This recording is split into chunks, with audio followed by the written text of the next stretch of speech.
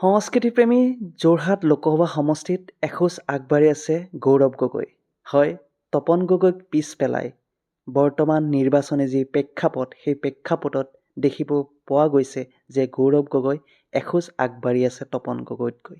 কেইটামান বিশেষ কাৰণৰ বাবে গৌৰৱ গগৈ বৰ্তমান সময়লৈ আজিলৈ আগবাঢ়ি আছে তপন গগৈতকৈ। সেই বিশেষ কাৰণকেইটা কি? সেইকেইটা কাৰণ যিকেইটা কাৰণৰ জৰিয়তে গৌৰৱ গগৈ আজিও আগবাঢ়ি আছে তপন গগৈতকৈ। যোৰহাট লোকসভা সমষ্টিৰ যি নিৰ্বাচনী ৰেচ, সেই ৰেচত গৌৰৱ গগৈ আগবাঢ়ি থকাৰ প্ৰধানত কাৰণ হৈছে গৌৰৱ গগৈৰ বডি লেংগুৱেজ। তপন গগৈৰ তাত যিটো বিশ্বাস ৰাইজে দেখিবলৈ পোৱা নাই, সেই বিশ্বাস গৌৰৱ গগৈৰ বডি লেংগুৱেজত দেখিব পোৱা গৈছে ৰাইজে।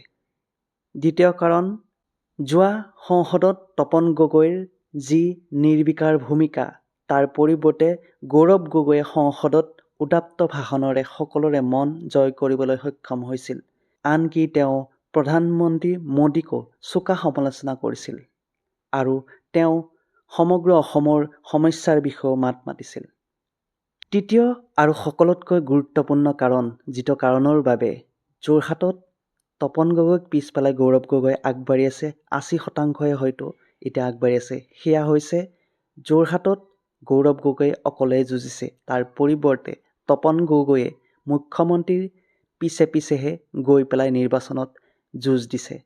মুখ্যমন্ত্ৰীক আগত ৰাখি তপন গগৈ পিছে যুঁজিছে।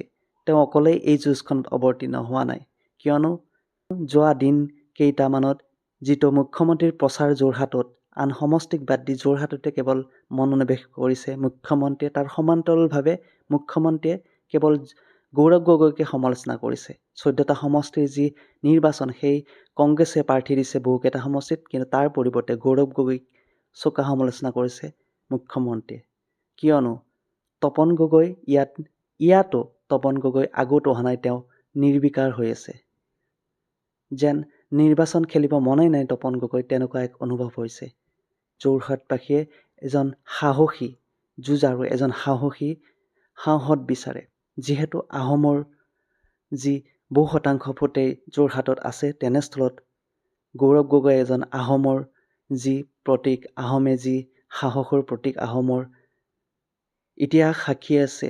বহু যুদ্ধ আহোমে জয় কৰাইছিল অসমক, আৰু তাৰ জৰিয়তে এজন সাহসৰ যি তেজ, আহোমৰ যি তেজ কয় কথাত, সেই তেজ যেন গৌৰৱ গগৈ দেশত যোৰহাটবাসীয়ে দেখিবলৈ পাইছে, আৰু সেইবাবে বৰ্তমান সময়ত যোৰহাটবাসীৰ মূল পচন্দৰ প্ৰাৰ্থী হৈছে গৌৰৱ গগৈ। অনাগত দিনত কিন্তু এই বতাহ যি তপন গগৈৰ পৰিৱৰ্তে গৌৰৱ গগৈৰ ফালে বলিছে, সেই বতাহ কমিব নে সেই বতাহ আগবাঢ়ি যাব, সেয়াহে লক্ষণীয় হ'ব। কিয়নো ৰাজনীতিত সকলো সম্ভৱ, ৰাজনীতিত প্ৰতিদিনেই ৰাজনীতিত সলনি হয়। ধন্যবাদ, শুভৰাত্ৰি।